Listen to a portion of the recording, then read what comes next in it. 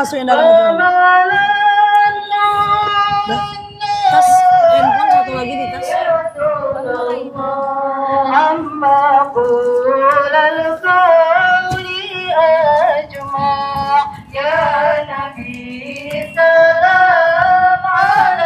Omar dekat tas ya.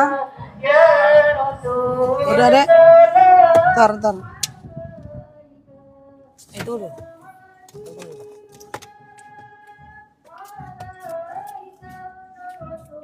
Ini orang salaman.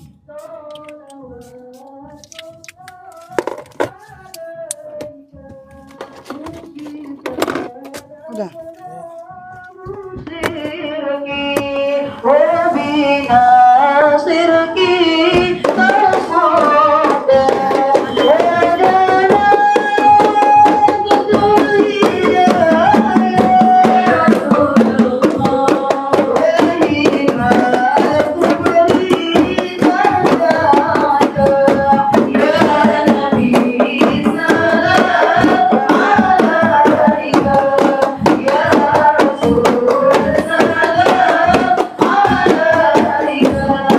Yeah.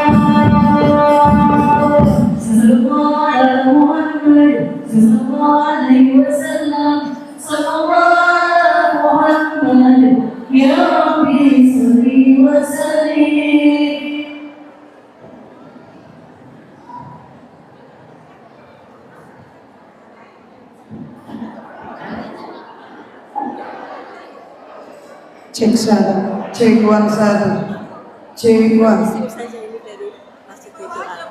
Ya, sini. Terlalu berat lagi sebenarnya.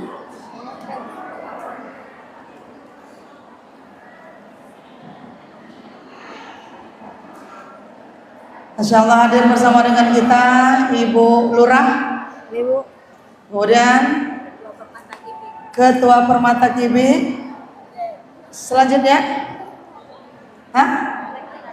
Ketua kita, Masya Allah, ada sahabat saya Bu Yasminar. Sebelah sana, WRT, Masya Allah, Masya Allah. Halo guys, lama menunggu. Wala radbin wala yabisin illa fi kitabim mubin. Tidak akan pernah jatuh satu lembar daun ke bumi kalau Allah tidak ridho. Walaupun teman-teman nunggu lama, Allah ridhonya kita berjumpa dengan beliau jam segini. Ikhlas? Ikhlas?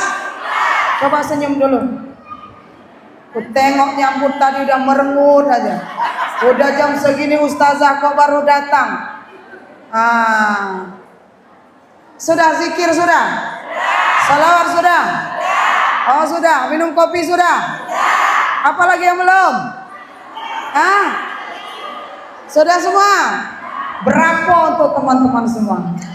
Kalau sudah semua kita lanjut guys. Siapkan infak terbaiknya. Siap? Siap? Yuk, sallallahu ala Nabi Muhammad.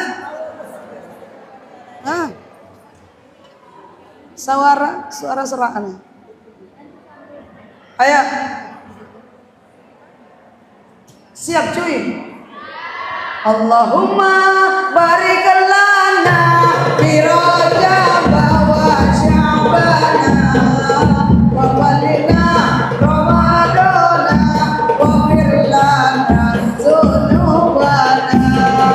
Allahumma barik lana fi Rajab wa Sya'ban wa balina Ramadana wa fir lana dzunubana. Tangannya diangkat. Allahumma barik lana fi Rajab wa Sya'ban wa balina Ramadana wa fir lana dzunubana. Allahumma barik lana fi Rajab wa Sya'ban wa balina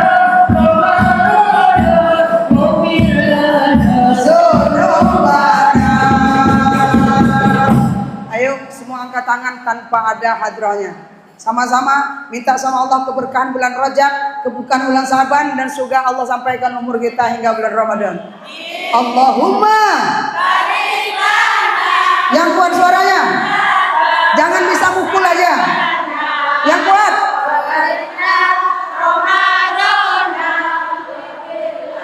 Sebelah sini. Allahumma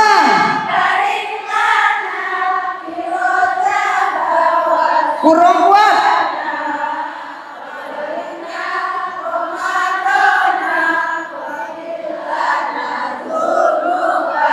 Tarik. Allahumma barik lana fi Rajab wa Sya'ban wa balina Ramadana wa fir lana dzunubana. Allahumma barik lana fi Rajab wa Sya'ban wa balina Ramadana wa fir lana dzunubana.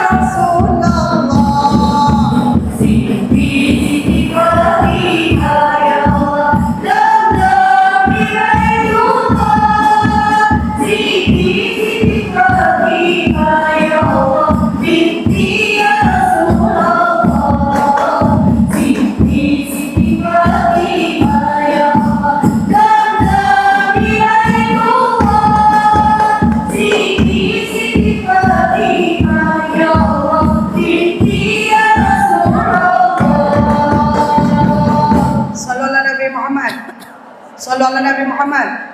Semoga sodakoh teman-teman Allah ganti dengan rezeki yang berlimpah. Ma'ana qasa malum min sodakoh, tidak akan pernah habis sodakoh orang, tidak akan pernah miskin orang karena sodakohnya. Tapi kata Nabi bal yasdad, sodakoh itu terus akan Allah tambah. Halo guys, berapa kali kita berjumpa dengan beliau? 2 apa 3? Kece yang kemarin apa kece yang sekarang? Hah? Sama aja. Memang mukanya gitu, gimana pula mau berubah? Masih ingat dengan beliau? Masih? Kenal dengan beliau? Kenal. Apa buktinya?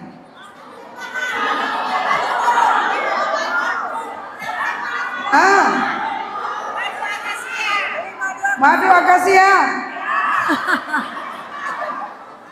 Sudah? Karet sudah? Madu sudah? Akasia udah? Randu udah? Masuk Pak Eko? Di mana belinya?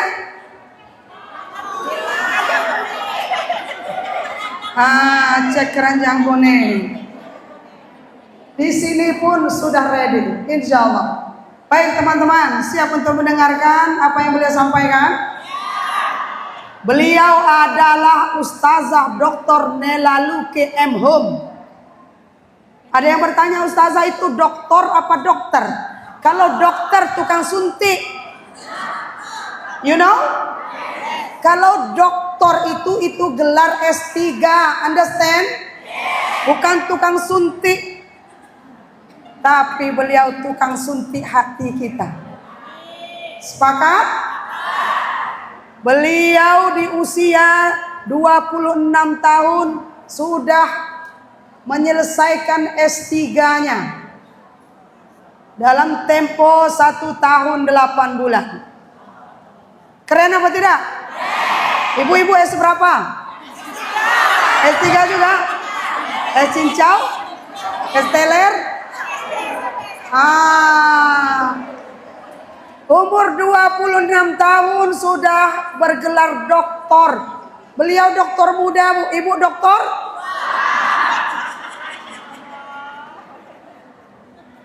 Beliau juga adalah dai cilik terbaik se-Asia Tenggara menurut Kementerian Agama Republik Indonesia pada masanya. Coba aku tengok dulu. Orang mana beliau? Beliau sudah dakwah keliling pelosok Indonesia. Tapi beberapa tahun ini aktif dakwah di media sosial. Kalau beliau tidak dakwah di media sosial, tidak dakwah di TikTok, tak akan pernah ibu mengenal beliau. Betul? Karena beliau dakwah di TikTok lah kita bisa merasakan madu akasia. Karena beliau dakwah di TikTok lah kita bisa merasakan madu karet. Siapa yang lututnya kebas-kebas? Tangan kebas-kebas, lutut menyut-menyut, tak bisa bertahan lama duduk waktu mengaji. Jangan khawatir. Apa solusinya Ustazah? Madu karet. Halo. Tapi udah CO semua aku tengok.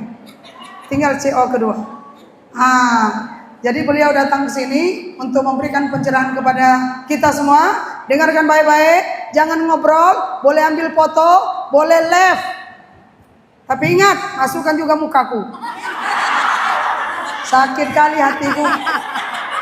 Aku jemput beliau di bandara, ku temani ke sana kemari, baputa.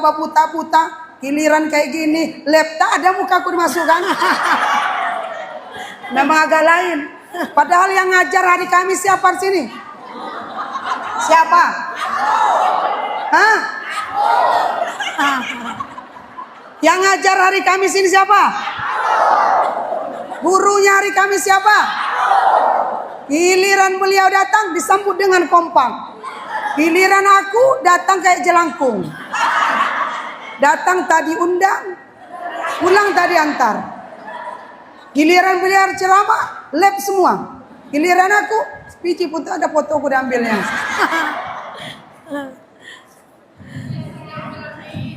Memang udah takdirku. Baik, kita dengarkan apa yang beliau sampaikan. Mudah-mudahan teman-teman setelah mendengar apa yang beliau sampaikan tambah soleha, tambah baik. Nggak degi lagi. Nggak ngari-ari dompet suami. Ini. Cek one. Ini mantap. Izin ya kak. Hah? Wadaw. Ustazah, ini live masjid. Masjid? Iya. Masjid. Taruh di mana? Di sini boleh. Terlalu bos kebesaran berat. Enggak, di bawah sini boleh. Enggak boleh. Dia enggak keluar suaranya. Iya. Udah nanti. Taruh mana?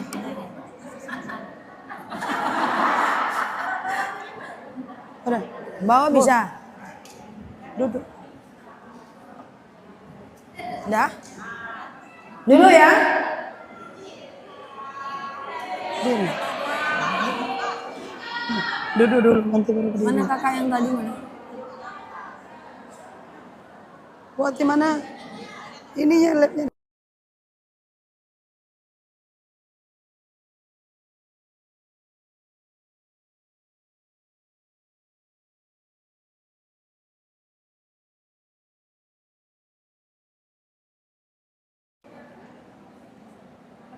Tinggi enggak bisa.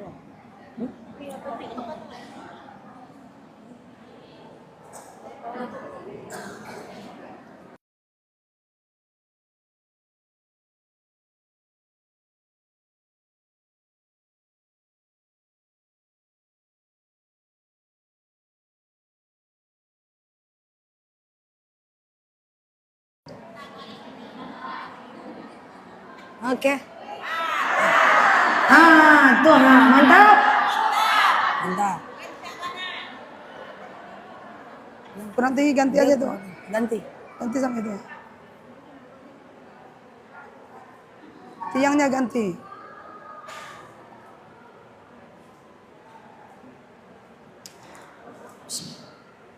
Izin saja. Baik, na'udzubillahi minasyaitonirrajim. Bismillahirrahmanirrahim. Assalamualaikum warahmatullahi wabarakatuh.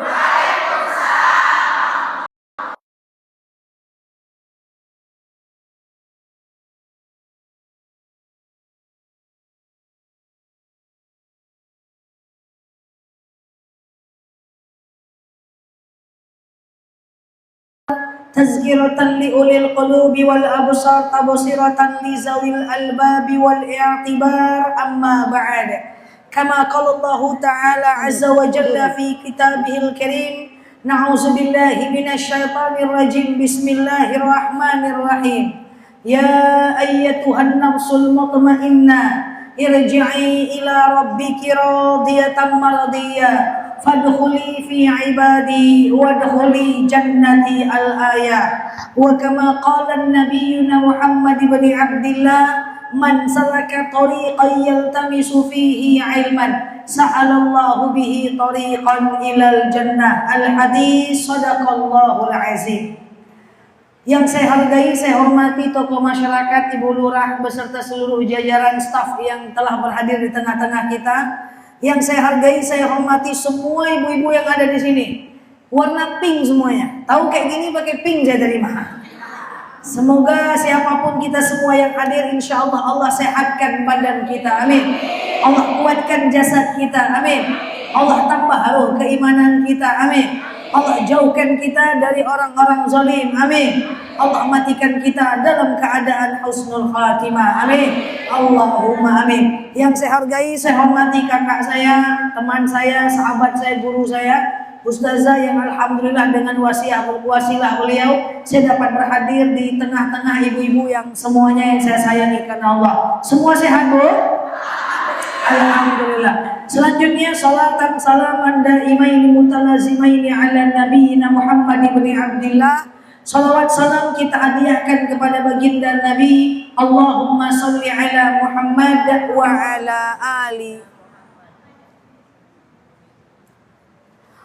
Sampai mana tadi lupa saya? Suara jelas, suara jelas. Suara jelas? Kurang. Check one.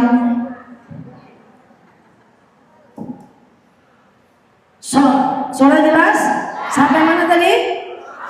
Allahumma salli ala Muhammad wa ala dia mati dia. Kalau menunduk dia mati.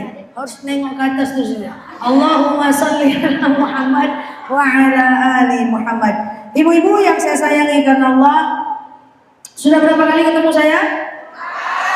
Sudah 3? Berubah tak bentuknya? Makin kece ya? Makin kece. Oke, Masya Allah. Ibu-ibu yang saya sayangi karena Allah, kita menuntut ilmu Allah.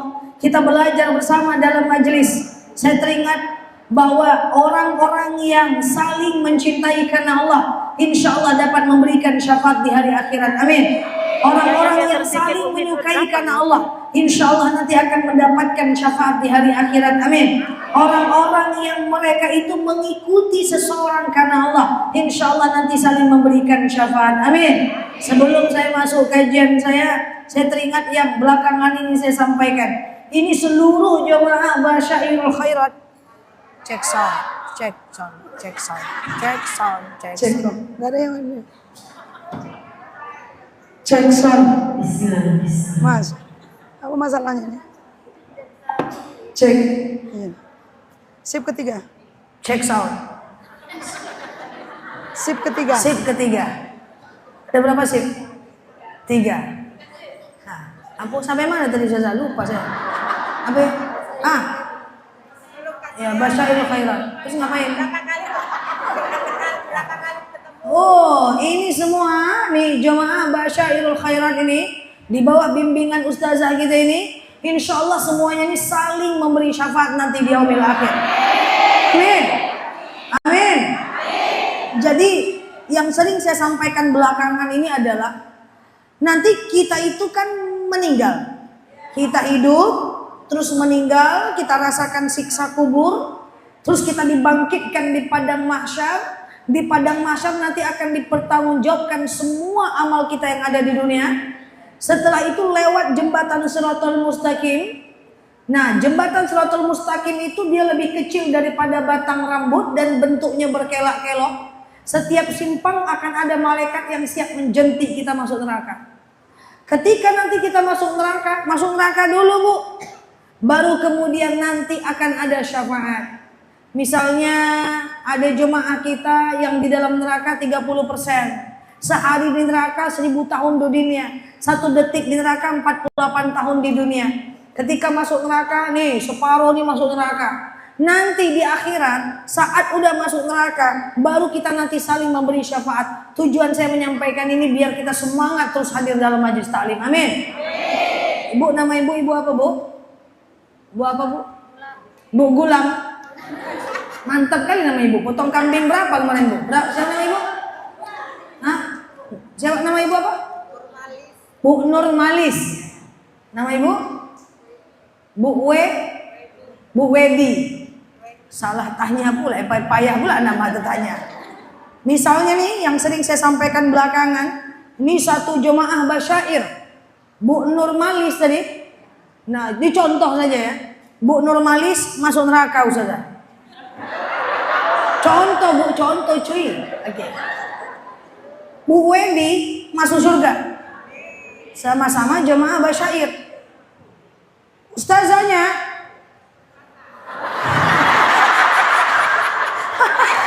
santai Zah.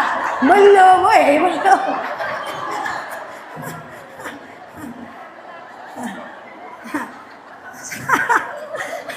Nanti di akhirat tuh, Bu Wedi akan cari-cari Bu Nurmalis. Ya Allah, mana bestiku di dunia, Bu Nurmalis, yang sama-sama pengajian dengan aku pakai jilbab pink. Apa kata Allah? Tidak bisa.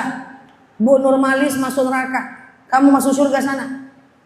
Bu Wedi ini, saking dia sayang dengan Bu Nurmalis, mencintai karena Allah. Ya Allah, mana mungkin kawanku Bu Nurmalis itu masuk neraka, sementara sama-sama dengan aku dia mengaji di Basyair, duduk paling depan. Ya Allah, Semangat datang dari pagi. Ustazah Nela tapi lo datang ya Allah. Tidak mungkin dia masuk neraka ya Allah. Saya sayang dengannya karena Engkau ya Allah. Saya ingin bertemu dengannya di surga. Tidak, Bu Nurmalis itu neraka semua. Apa kata Bu Wedi? Kalau gitu ya Allah, saya masuk neraka aja lah sama Bu Nurmalis. Yang penting saya bertemu sama dia. Walaupun harus terbakar bersama. Saking cintanya. Apa kata Allah? Allah cinta dengan Bu apa tadi? Bu Wedi. Maaf ya Bu ya. Nah, apa tadi? Bu Wedi. Apa kata Allah kepada Bu Wedi? Udah. Jemaahmu, udah Bu Wedi, saya akan bawa Bu Nurmalis masuk ke dalam surga bersama engkau. Masya Allah. Syafaat. Clear? Maka semua basyair ini saling memberi syafaat insya Allah. Amin. Maka cintai orang-orang yang beriman. Karena innal muhibbu liman yuhibbu muti'un. Orang yang menyukai akan ikut apa yang dia sukai. Akan mengikuti. Maka ibu-ibu kalau suka dengan Ustazah Fitri, ibu akan ikut apa yang beliau sampaikan. Walaupun tadi kena begini. Contoh lagi. Ustazah Fitri masuk neraka atau surga? Saya yang tentukan. Contoh, Ustazah Fitri masuk neraka. Santai, ceramah nih. Oke. Ini syafaat. Maka tinggal nanti. Contoh nih, supaya ibu bangga nih dengan pengajian nih, bangga nih dengan majelis ini. Luar biasa ini pengajian basyair ini.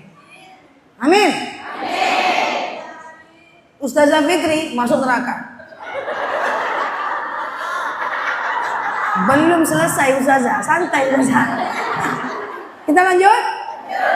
Ustazah Fitri neraka. Jamaahnya masuk surga semua.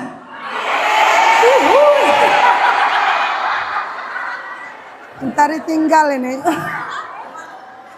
Tunggu dulu cuy, santai dulu. Nanti jemaah nih akan cari ustazahnya. Ingat ada syafaat. Ya Allah, mana ustazahku? Ustazah engkau masuk neraka. Saya agak jauh sedikit ya. Saya takut terjadi hal-hal yang tidak diinginkan.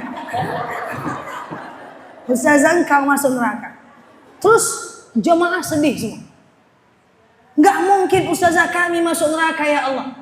Karena ustazah kami ini kami rajin sholat. Karena ustazah kami ini kami tak nyimpan dendam. Karena ustazah kami ini kami lebih taat. Karena ustazah kami ini kami ahli sholawat. Karena ustazah kami ini kami lebih sabar. Karena ustazah kami lebih tawakal. Karena ustazah yang mengajarkan kami lebih bertanggung jawab sebagai istri. Ya Allah, gak mungkin ustazah kami ini yang cantik ini masuk neraka ya Allah.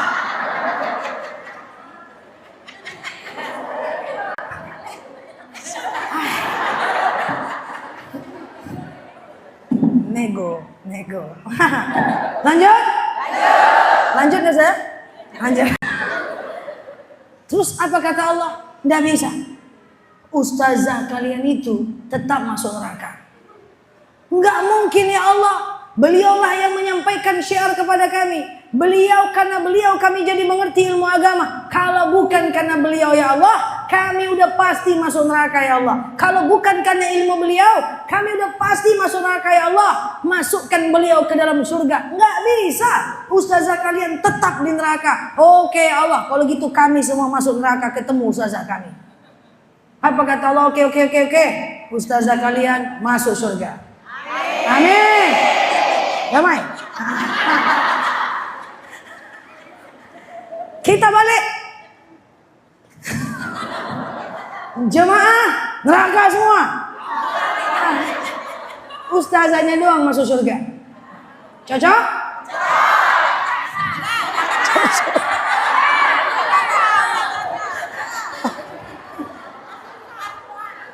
Nanti Ustazah Fitri akan bingung dia. Manalah ini jemaahku ya Allah. Saya dengan Ustazah Fitri di neraka, tapi beda kelas ya cuy.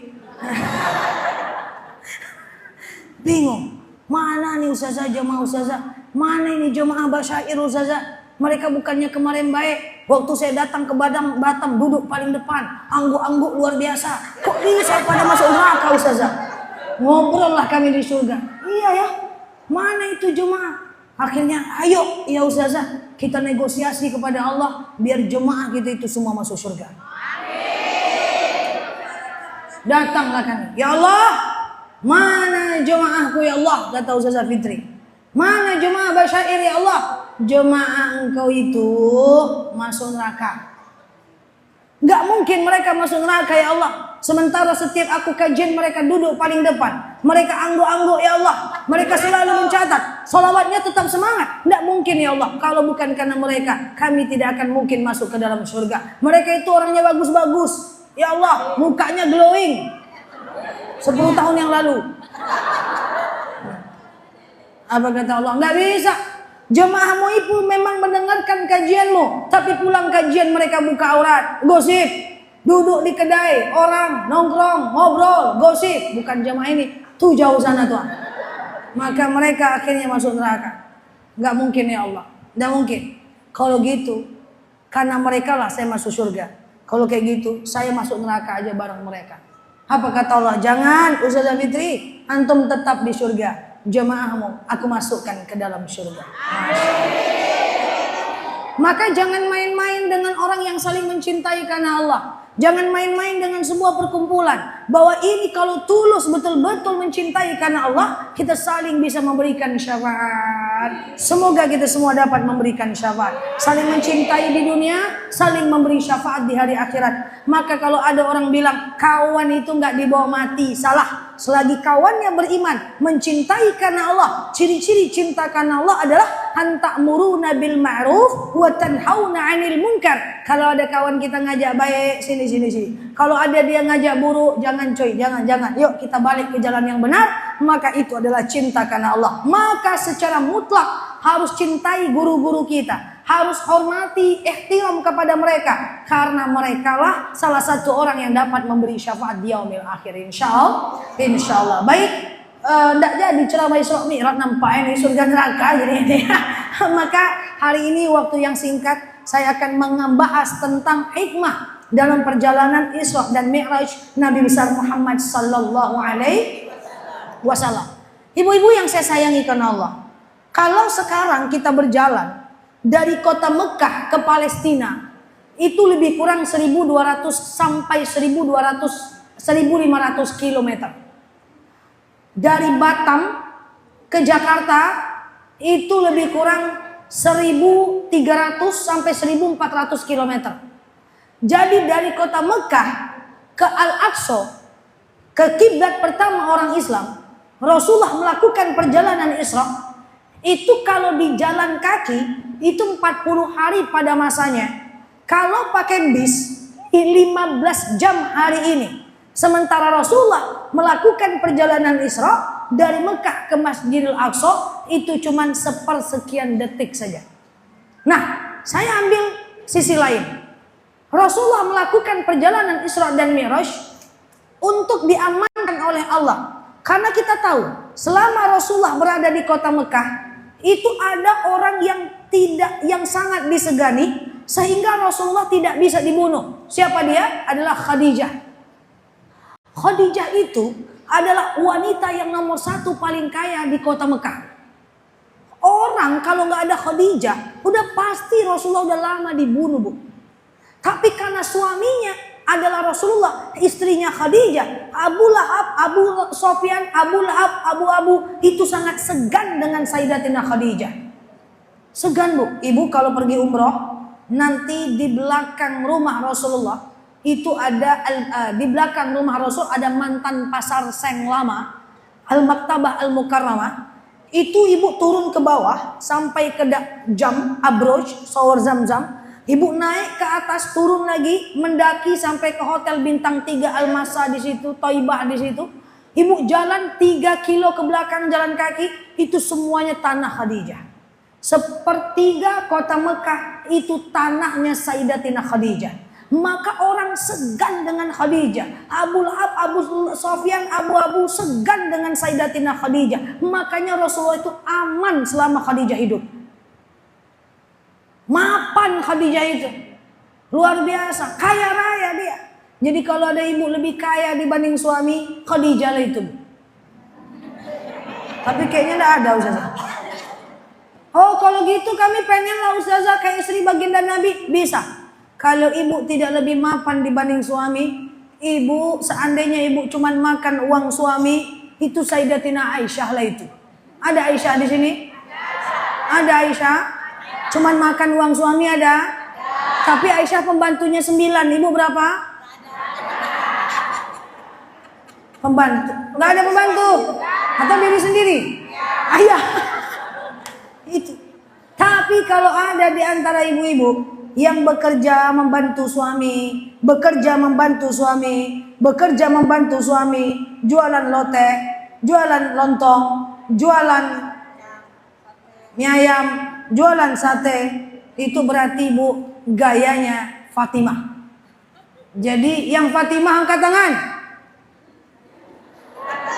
Banyak Fatimah nampak. Fatimah, yang Aisyah angkat tangan.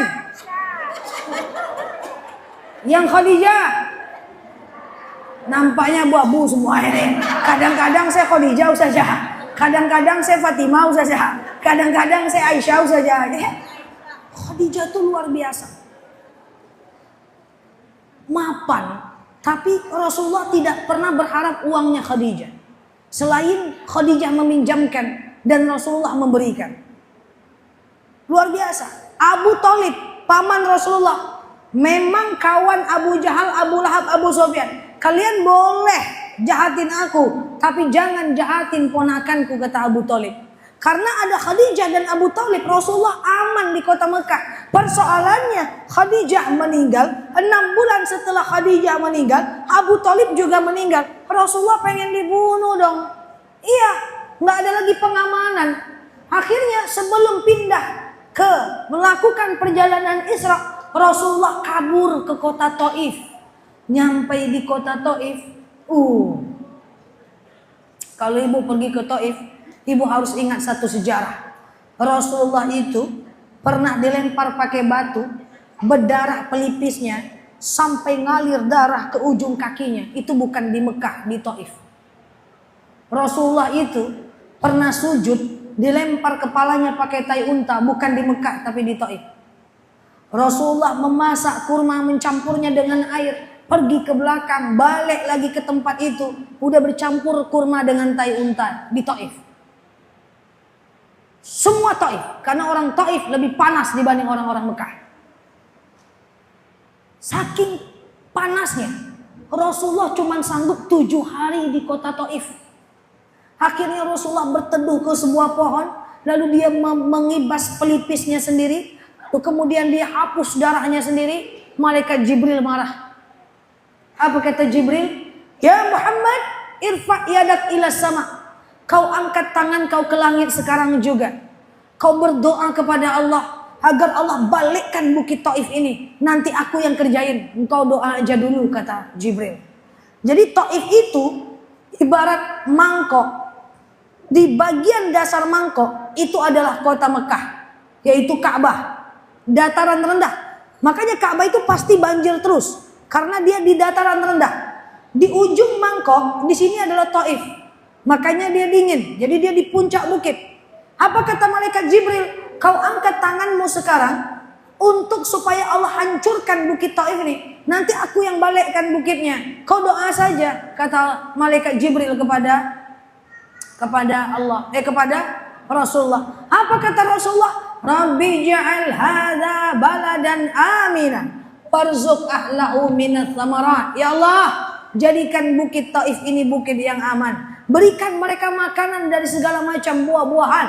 Jangan kau ikut apa kata Jibril, ya Allah. Orang Taif ini bukan jahat, tapi mereka cuman belum paham.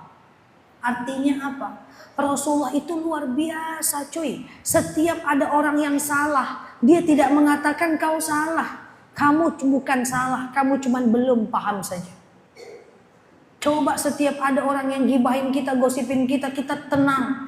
Hei, kamu digibahin kok nggak marah? Dia bukan jahat, tapi dia belum paham siapa saya. Selerew. Itu akhlak Nabi. Ketika ada orang Arab Badui kencing di masjid, kencing. Umar bin Khattab ngambil pedang. Umar bin Khattab ini keras kepala. Sebelum masuk Islam, setelah masuk Islam keras. Apa kata Umar? Saya akan penggal kepalanya ya Rasulullah. Kenapa dia kencing di masjid? Apa kata Umar? Apa kata Rasul? Jangan Rasulullah, jangan Umar. Itu orang belum paham. Kalau dia paham takkan dia kencing di masjid. Suatu ketika seorang Arab Badui anaknya pipis di tangan Rasulullah. Umar bilang, aku penggal kepalanya. Umar itu penggal-penggal terus bu. Kalau ibu punya suami penggal, Umar bin Khattab lah tuh bu. Dia penggalnya sebelum masuk Islam dia pengen penggal kepala Rasulullah. Setelah masuk Islam dia pengen penggal seluruh orang kafir. Nah, itulah Umar bin Khattab itu. Agak-agak kayak Ustazah Fitri sedikit.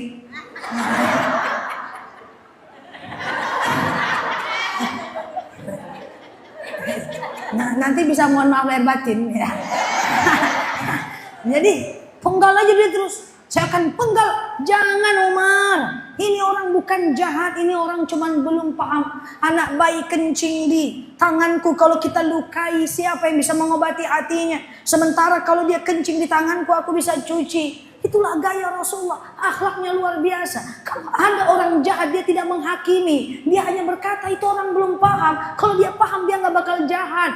Maka saya mengajak sebelum saya lanjutkan kajian saya ini, berhenti menghakimi siapapun, berhenti menilai siapapun, bahkan pelaku maksiat sekalipun. Orang-orang yang berbuat dosa, itu dia berbuat dosa sekarang. Mungkin karena dia belum tahu atau hidayah belum sampai kepadanya. Suatu ketika dia bisa jadi lebih taat dibanding kita. Betul?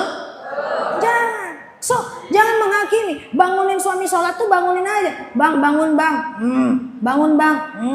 Ayo bang, bangun. Gitu aja. Jangan dulu bilang, macam neraka muka lo bang. Nah, jangan dihakimi. Kalau kayak gini bentukmu jadi apa mati kau bang? Jangan-jangan dia taubat 2 hari sebelum mati. Allahu a'lam. Artinya tugas kita cuma menyampaikan. Kata Rasulullah seperti itu. Dia bukan orang jahat. Dia cuma belum paham. Terus kalau ada yang protes sama saya. Nela, kenapa kamu kalau difitnah diam aja? Kalau digosipin diam aja. Kalau diapa-apain diam aja. Kenapa? Satu aja. Itu yang diajarkan Rasulullah kepada saya. So jemaah saya harus tenang. Ketika ada ghibah, ada fitnah, ada pengadu domba. Diam saja. Rasulullah tidak pernah klarifikasi agar orang suka kepadanya. Karena nggak perlu semua orang suka dengan kita. Hanya perlu orang-orang yang penting aja bagi kita. Karena nggak semua orang juga penting banget bagi kita. Cocok?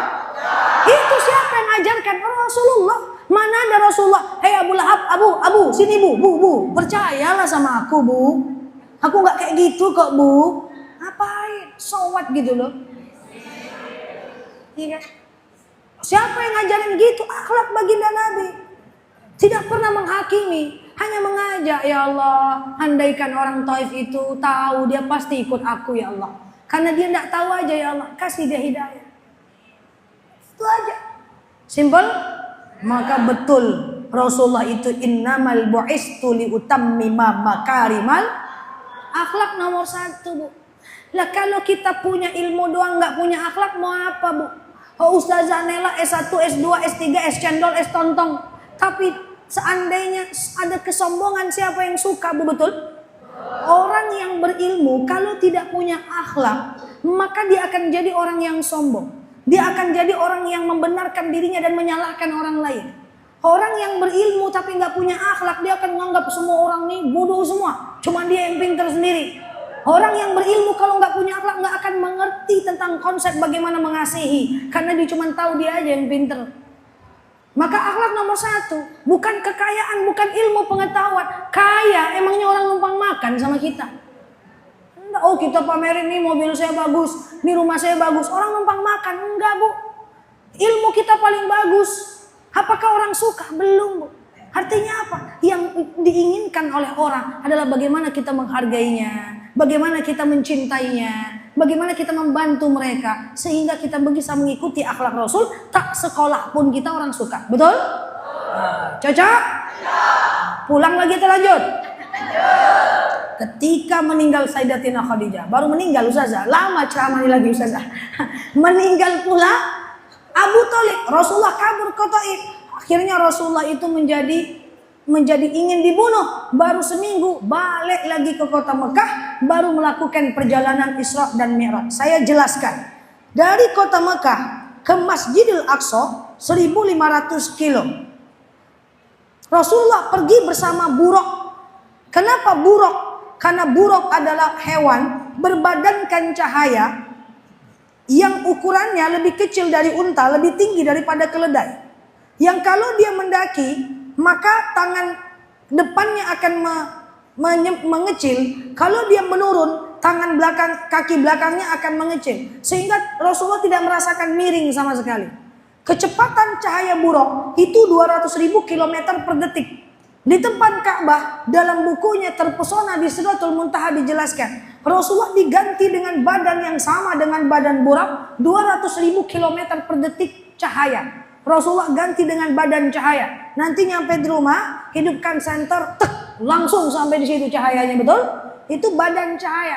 Lalu Rasulullah melakukan perjalanan Isra dari Mekah ke Masjidil Aqsa. Nah, kenapa ke Masjidil Aqsa? Ada banyak teori yang menjelaskan ini. Yang pertama, Masjidil Aqsa adalah kiblat pertamanya orang umat Islam.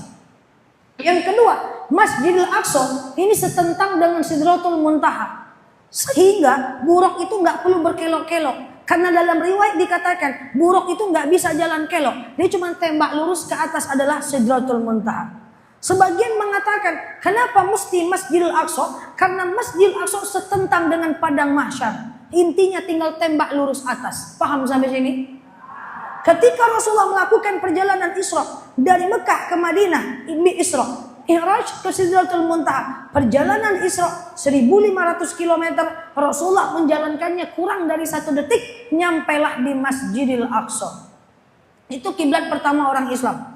Kalau ibu pergi umroh, nanti akan mampir ke Masjid Kiblatain di tepi jalan.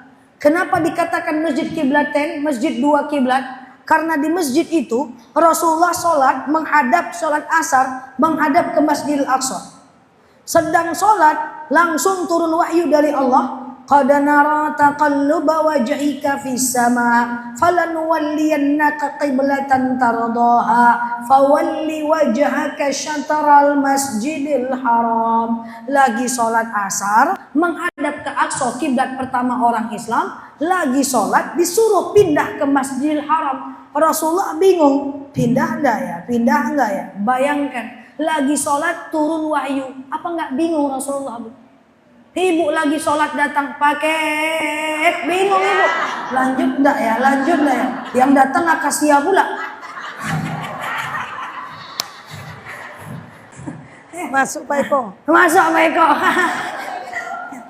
Lanjut enggak ya, lanjut enggak ya. Aku beli apa kemarin? Akasia paket bundling. Oke, clear ya. Akhirnya apa?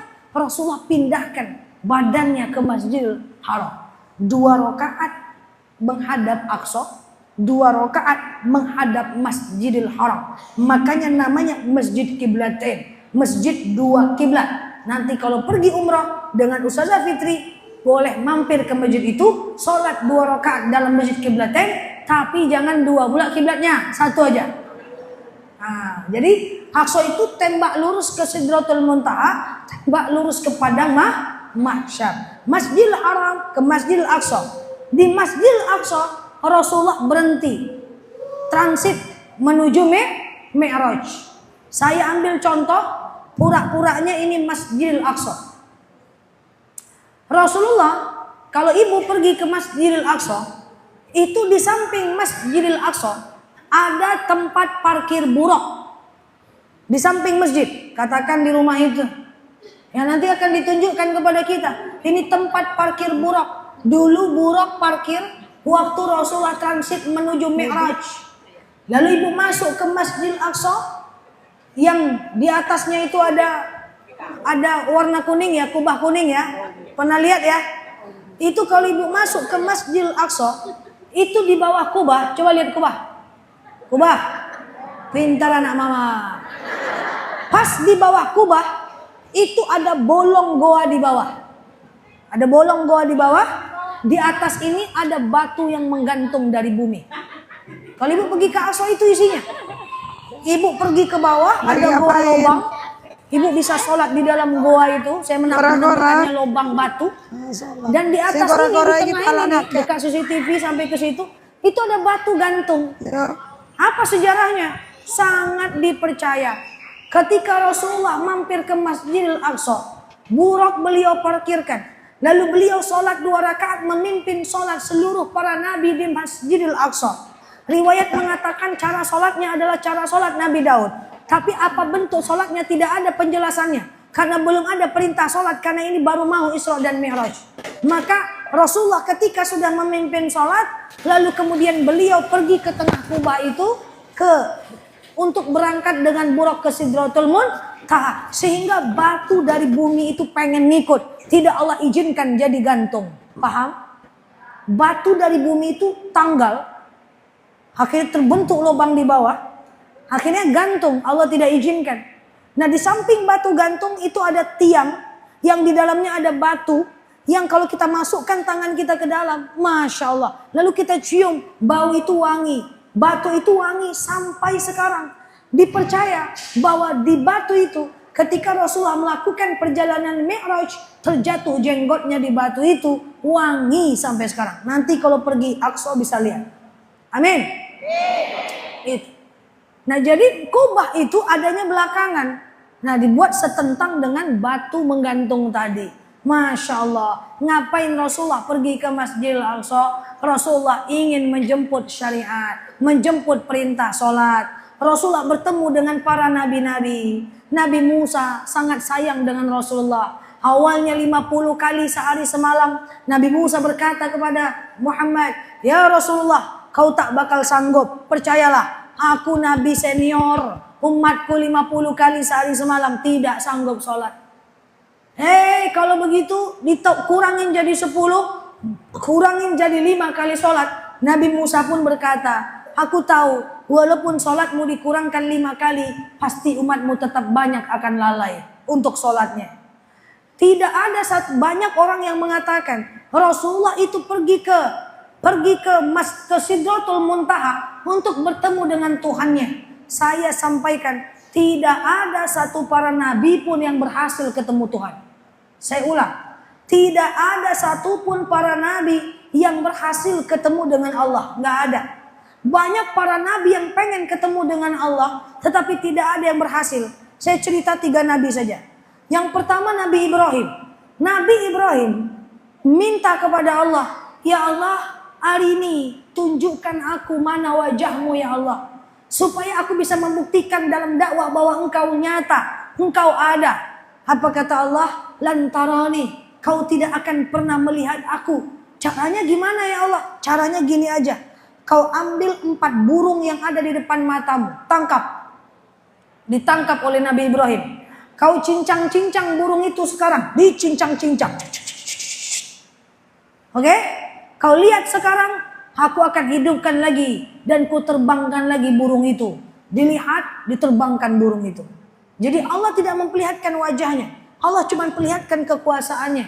Suatu ketika Nabi Musa di negara Mesir pengen naik ke Bukit Sinai untuk melihat tentang Allah. Dan Bukit Sinai itu saya udah naik. Naik Bukit Sinai itu 6 jam. Lutut mau copot. Turunnya juga 4 jam.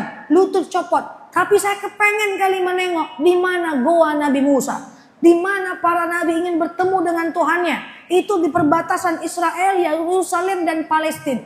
Akhirnya saya beranikan naik ke atas dengan tongkat, harus pakai tongkat. Kami namakannya tongkat Musa. Saya naik unta 2 jam, jalan kaki 4 jam. Pas turun jalan kaki. Kenapa? Unta itu nggak bisa jalan menurun, dia jungkil balik dia.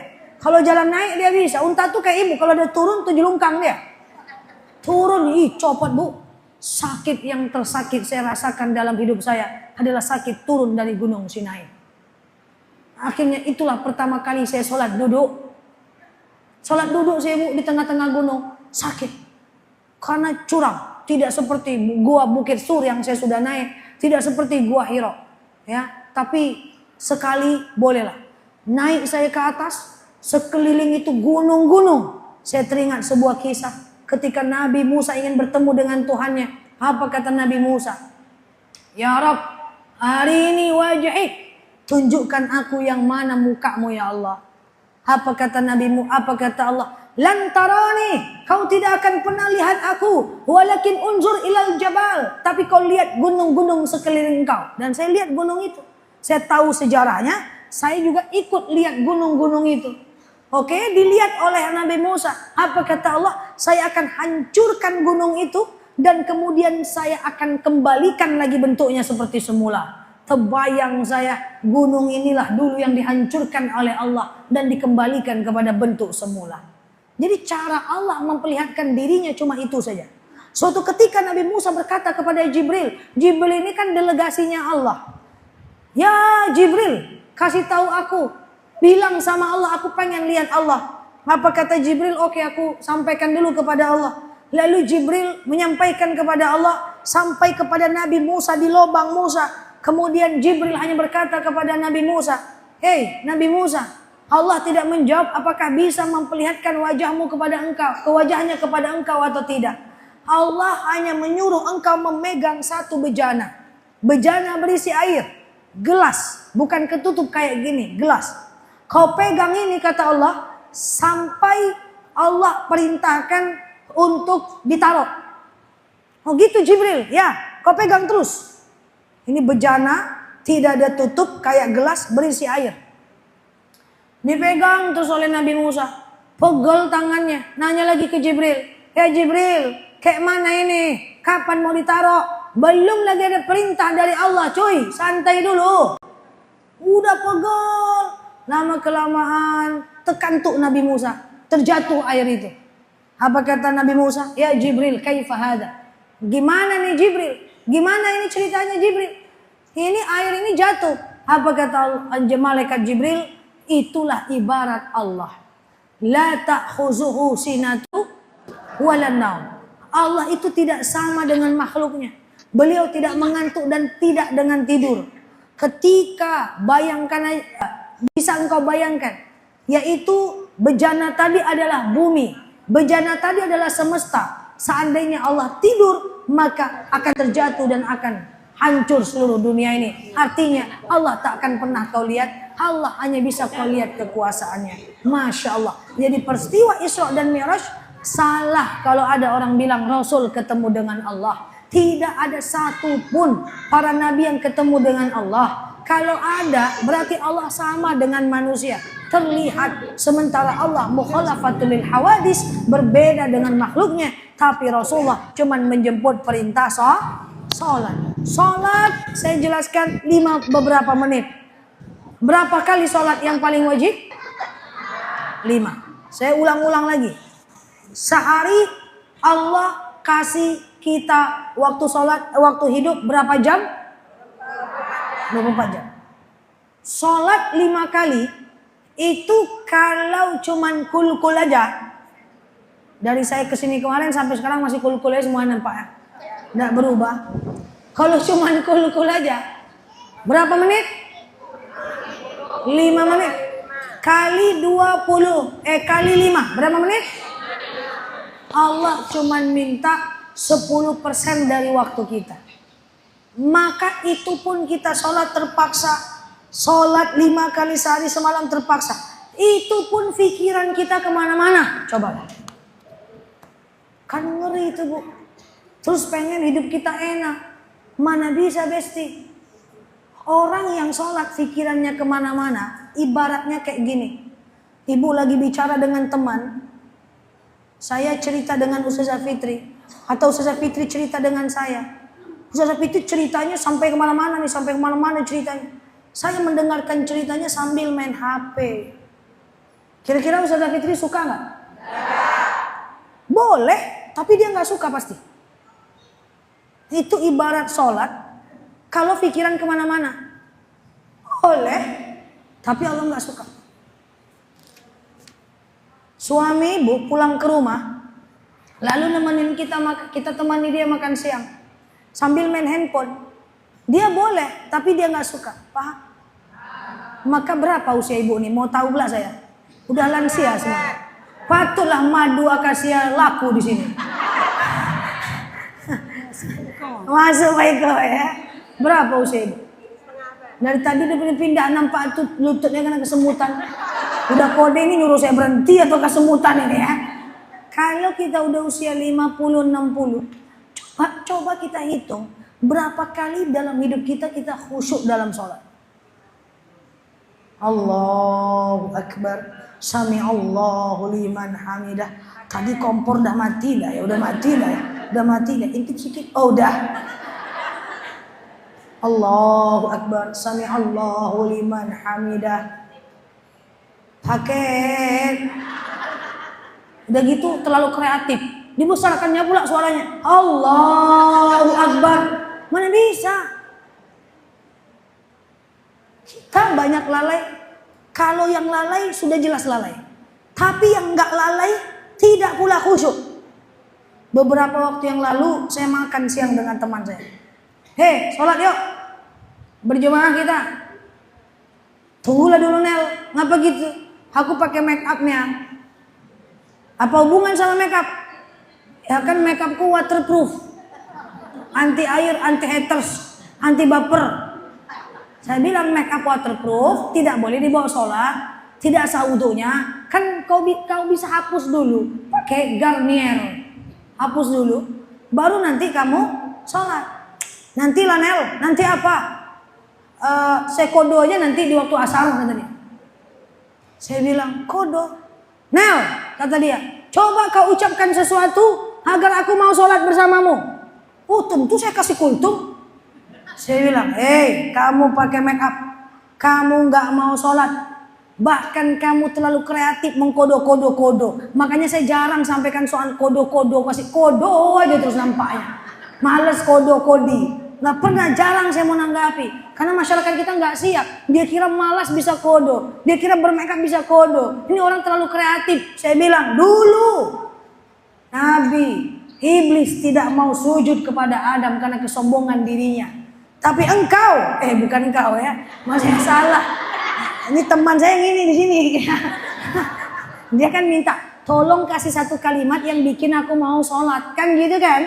Dulu Nabi Iblis tidak mau sujud kepada Adam karena Adam diciptakan dari tanah, Iblis dari api, kesombongannya. Tapi engkau,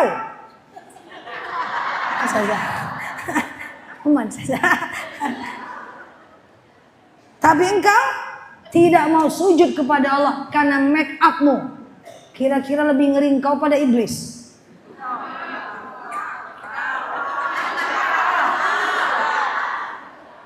Engkau. Coba. Karena make up gak mau dihapus, gak mau sholat. Iblis gak mau sujud sama Adam, kesombongan. Kita gak sholat karena make up. Terus kita bilang kenapa hidup ini susah. Kenapa Allah itu pilih kasih. Kenapa Allah gak sayang sama kita. Kalau kayak gitu nih, aku sholat sekarang, kata dia. Tapi entah sekali itu pula, tak pula tahu pula saya. Coba bayangkan. Makanya ibu-ibu, cuma 5 kali, kenapa susah? Karena setan ada. Seperti saya bilang, kita sendiri, musuh kita ada 5. Yang pertama ada jin. Yang kedua ada iblis. Yang ketiga ada nafsu jahat. Yang keempat jin jahat. Yang kelima adalah khannas. Yang suka melarang kita berbuat baik. Makanya apa beda setan dengan khannas? Setan melarang kita untuk sholat. Nanti ajalah, nanti ajalah, nanti ajalah. Tapi kalau setan, kalau khannas, udah sholat kita, dia ganggu dia. Sholat lupa rakaat. Pernah? Allahu Akbar, sami Allahu liman hamidah. Rakaat 2 atau 3 ya? 2 atau 3, lantaklah situ. Padahal bisa sujud sujud sahwi. Artinya apa? Berapa persen kita khusyuk dalam sholat? Maka saya menghimbau kita semuanya, ibu-ibu, belajarlah memahami bacaan sholat. Tahukah kita ketika Allah kita ucapkan dalam sholat, Alhamdulillahirabbil alamin, segala puji bagi Allah Tuhan semesta alam. Allah jawab, bu, Hamidani abdi, hambaku telah memujiku. Ar-Rahmanir Rahim, maha pengasih, maha penyayang. Allah jawab, asna alayya abdi, hambaku telah memujiku. Ketika kita tahu arti bacaan sholat, maka semakin khusyuk sholat kita. Hentikan semua kegalauan sholat di masa lalu. Pelajari arti bacaan sholat hingga Ramadan, sehingga Ramadan kita lebih khusyuk. Apa ciri sholat khusyuk? Semangat kita nggak kerasa, nikmat kita. Bukan Allahu Akbar, Sami Allahu liman hamidah, panjang kali lah bacaan imamnya. Nyampe di rumah, oi jangan sholat situ lagi, ngapa? Panjang bacaan imamnya. Kita tidak bisa menikmati sholat kita. Maka apakah sholat kami sah kalau pikiran kami kemana-mana saja? Sah. Tapi kan kita tidak bahagia dalam sholat. Kita kan pengennya bahagia. Maka pelajari. Bacaan sholat itu kan cuma Al-Fatihah, ruku, i'tidal, sujud, duduk antara dua sujud, tahiyat. Cuma 6. Bentar ini hafal ini. Bukan hafal, pahami saja. Bentar, sholat kita lebih khusyuk. Gitu. Belajar, ya, memahaminya. Kalau kita lebih khusyuk. Ya, sujud sahwi pahami. Ya, saya getol mengajarkan sujud sahwi di online. Tapi ada jemaahnya lucu-lucu. Saya udah hafal sujud sahwi. Pas sujud ingat muka ustazah kata dia. Yang lebih heboh tuh ustazah doa cebok. Saya menyampaikan doa cebok. Selama ini ibu doa pernah cebok nggak? Cebok pernah doa nggak? Cebok nggak pernah doa? Patutlah ini modelnya. Cebok itu berdoa. Allahumma hasin farji minal fawahish. Ya Allah sucikan kemaluanku dari yang keji. Wa tahhir qalbi minan nifaq. Dan sucikan hatiku dari perkara munafik. Dihafal sama kakak kandung saya. Pas cebok lupa dia. Habis cebok dia telepon saya. Dek, iya. Aku menghafal doa cebok. Pas cebok muka engkau yang ingat dek. Muka. Enggak ada gitu yang keren gitu kan. Lagi sedekah kayak ingat muka saya doakan saya. Lagi wakaf Quran kayak ingat muka saya doakan. Enggak dek lagi cebok. Saya ngajarkan sujud sahwi. Lupa ingat muka saya. Enggak apa-apa. Pelan-pelan. Pahami arti bacaan sholat. Sehingga kita lebih khusyuk dalam sholat. Kalau lupa rakaat, sujud sahwi. Kalau kita jauh perjalanan, pelajari jamak qashar dalam sholat. Kalau kita nggak bisa sholat tegak, duduk kita. Kalau nggak bisa duduk, baring kita. Sholat baring itu miring ke kanan, dadanya ke kiblat, kepalanya pertakbir. Allahu Akbar, Sami Allahu liman hamidah. Ucapkan dalam hati atau pakai jari. Orang setruk wajib sholat walaupun dia baring. Kalau nggak bisa baring, telentang, kakinya ke kiblat, kepalanya di sana, kasih bantal naikkan, wajahnya ke kiblat. Sholat, selagi dia nggak pikun. Tapi kalau pikun, boleh tinggalkan sholat. Jadi kalau ibu-ibu mau tak sholat, pikun dulu. Ada 4 orang yang boleh tidak sholat. Gila, pikun, dibius, anak kecil. Atau minta bius cuy, bius ngapa? Malas aku sholat zuhur. Sholat. Insya Allah bu, kalau sholat kita benar, amal yang lain benar. Amin. Kalau sholat kita khusyuk, amal yang lain khusyuk. Amin. Sholat itu kalau ada tanggung jawab kita kepada Allah. Makanya cari menantu yang rajin sholat. Kalau dia tak sholat, dia aja tidak mampu mempertanggungjawabkan dirinya sendiri. Bagaimana dia bertanggung jawab kepada orang lain? Betul? Dia aja nggak mampu mempertanggungjawabkan hubungan dia dengan Allah. Apalagi tak pula dia mempertanggungjawabkan hubungannya dengan orang lain. Maka insya Allah kita punya anak saudara semua yang ahlus sholat. Amin Allahumma amin. Tidak usah panjang-panjang lupa pula kajian itu nanti. Rajin-rajin datang dalam majelis ilmu, rajin-rajin belajar. Insya Allah kita semua dapat memberikan syafaat. Amin Allahumma amin. Allahu a'lam bishawab. Assalamualaikum warahmatullahi wabarakatuh. Mohon maaf lahir batin saja.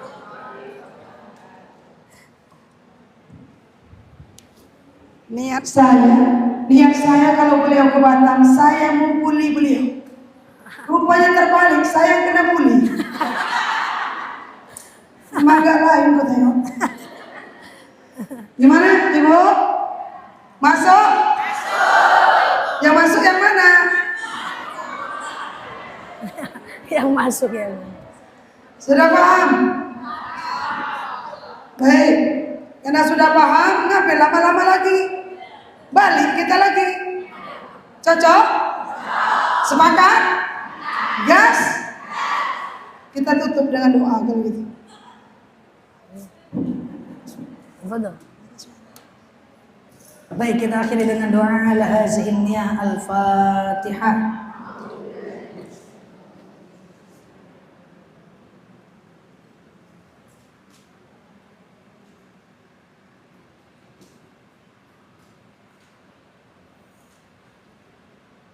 Amin ya Allah, amin ya Rahman, amin amin ya mujibas sa'ilin. Allahumma sholli ala Muhammad wa ala ali Muhammad.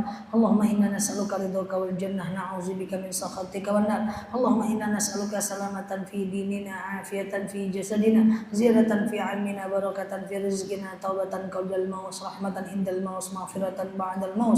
Allahumma hawin 'alaina fi sakaratil maut, najatan minan nari wal afwa indal hisab. Ya Allah ya Tuhan kami yang Maha Pengasih lagi Maha Penyayang, pagi menjelang siang yang berbahagia ini ya Rabb, kami tengadahkan tangan kami, angkat tangan kami tundukkan kepala kami ya Rabb, bermunajat kepada Engkau ya Rabb. Ampuni segala dosa-dosa kami ya Rabb, dosa anak cucu kami ya Rabb, dosa guru-guru kami ya Rabb. Ampunkan segala kesalahan dan kekhilafan kami ya Rabbal Alamin. Ya Allah, andaikan ada lisan kami menyakiti hati saudara-saudara kami, lapangkanlah hati mereka untuk bisa memaafkan kesalahan lisan kami ya Rabb. Andaikan ada di antara kami yang menyimpan dendam atas kesalahan orang lain kepada kami, lunakkan hati kami untuk memaafkan, jauhkan kami dari dendam ya Rabbal Alamin. Ya Allah, andai ada di antara jamaah-jamaah kami, andai ada di antara kawan-kawan kami yang sedang menyimpan aib buruk ya Rabb, tutup aib mereka ya Rabb, hingga Engkau antarkan kepada hidayah dan hijrah ya Rabbal Alamin. Ya Allah ya Tuhan kami yang Maha Pengasih lagi Maha Penyayang, andai ada di antara kami saudara-saudara kami yang sedang sakit, angkat penyakitnya ya Rabb, angkat penyakitnya ya Rabb, hingga tidak tersisa sedikit sakit pun ya Rabbal Alamin. Ada di antara kami saudara-saudara kami yang rumah tangganya diambang kehancuran, sakinahkan keluarga mereka ya Rabb, berikan mereka jawaban terbaik atas kehidupan mereka ya Rabbal Alamin. Ada di antara kami anak-anak kami yang masih durhaka, berikan hidayah secepat-cepatnya ya Rabb kepada anak cucu kami ya Rabbal Alamin. Ada di antara kami para suami-suami yang masih pengangguran, anak yang masih belum mendapatkan pekerjaan, berikan mereka pekerjaan di waktu yang layak, tempat yang layak, dan tempat yang pantas untuk mereka ya Rabbal Alamin. Jadikanlah anak-anak dan cucu kami, suami-suami kami menjadi orang kaya yang dermawan, orang kaya yang rendah hati, dan titipkan rezeki kepada orang-orang yang beriman ya Rabbal Alamin. Ya Allah ya Tuhan kami yang Maha Pengasih lagi Maha Penyayang, ada di antara kami yang masih terlilit hutang, saudara-saudara kami yang masih terlilit hutang riba ya Rabb, keluarkan mereka dari hutang-hutangnya ya Rabb, bantu mereka untuk menyelesaikan hutang-hutang mereka sehingga hijrah ke jalan-Mu dengan hikmat ya Rabbal Alamin. Ya Allah, andaikan ada di antara kami saudara-saudara kami yang pengen hijrah, kuatkan hati mereka ya Rabb untuk hijrah bersama kami ya Rabbal Alamin. Ya Allah, jauhkan kami dari iri, jauhkan kami dari dendam, hasad, dengki, dan membuka aib saudara kami ya Rabb. Kami ingin menjadi orang-orang baik, yang hatinya rendah ya Rabb, yang kalau kami susah kami berbesar hati, yang kalau kami lapang kami rendahkan hati kami ya Rabbal Alamin. Jadilah kami orang-orang yang dicintai oleh seluruh kaum muslimin muslimat ya Rabb. Jadikan kami orang-orang yang mampu dicontoh akhlaknya ya Rabbal Alamin. Ya Allah, kabulkan segala doa-doa kami ya Rabb. Ya Allah, siapapun di antara kami yang pengen berangkat umrah, mudahkan proses keberangkatannya ya Rabbal Alamin. Ya Allah ya Tuhan kami, ada di antara kami saudara-saudara kami, anak cucu kami yang sedang mengurus orang tuanya yang sakit, angkat penyakitnya, sabarkan mereka ya Rabb. Andaikan ada di antara kami yang masih suka marah ya Rabbal Alamin, lembutkan hati kami ya Rabbal Alamin. Ya Allah, ampuni segala dosa-dosa kami, ampuni segala dosa guru-guru kami, panjangkan usia guru-guru kami ya Rabb, berikan mereka ketabahan dalam memberikan ilmu kepada kami ya Rabb, berikan mereka ketabahan dalam hidup, dan jauhkanlah mereka dari orang-orang zalim ya Rabbal Alamin. Ya Allah, pertemukan kami di jannah-Mu ya Rabbal Alamin, pertemukan kami di jannah-Mu ya Rabbal Alamin. Jadikanlah kami orang yang saling mencintai karena Engkau ya Rabbal Alamin. Allahumma stajib du'ana ya Allah, Allahumma stajib du'ana ya Rahman ya Rahim ya mujibas sa'ilin. Allahumma salli ala Muhammad wa ala ali Muhammad. Subhana rabbika rabbil izzati amma yasifun, salamun alal mursalin, alhamdulillahi rabbil alamin. Allah a'lam bishawab.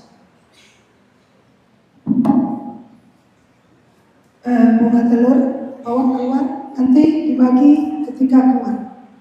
Ayo, angkat mau keluar, biar gak bercecer nanti di dalam. Mana-mana, angkat. Nanti siapa teman-teman yang keluar dibagi satu-satu, nggak boleh ngambil dua. Ayo, diangkat keluar sana.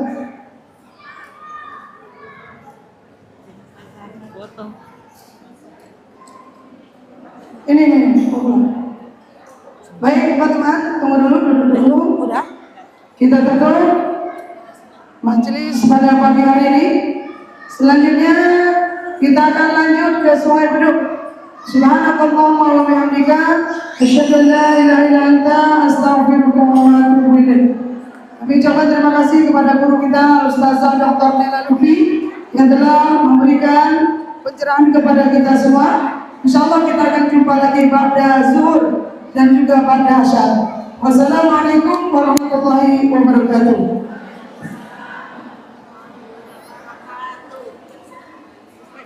Numpang foto.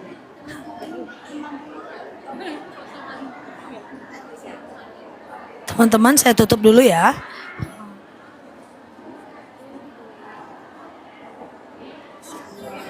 Selamat dulu. Terima kasih. Ya. Bawa. Oke.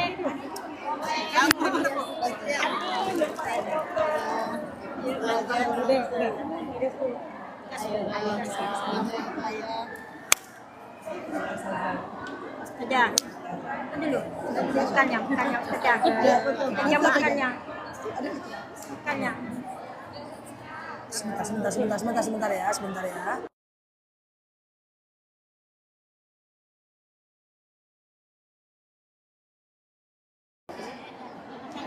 Kejang. Yang tadi mana Kak? Yang tadi, Ibu yang tadi? Ya. Mana Pok? Wah, Pok mana?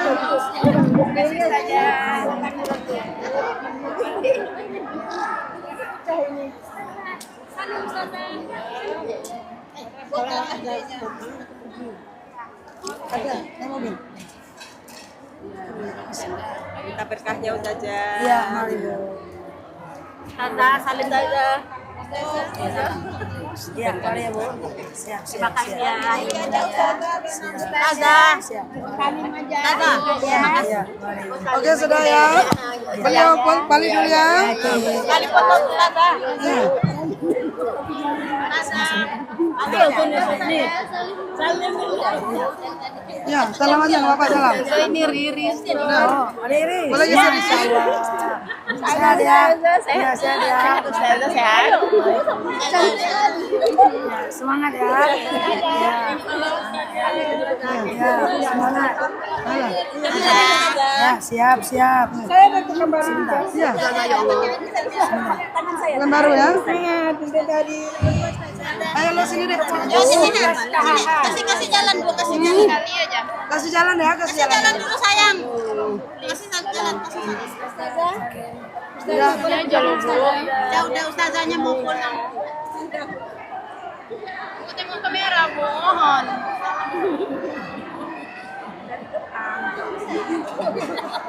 Oke. Itu dimatiin dulu, Bos. Matiin dulu ya, biar aman. Oke.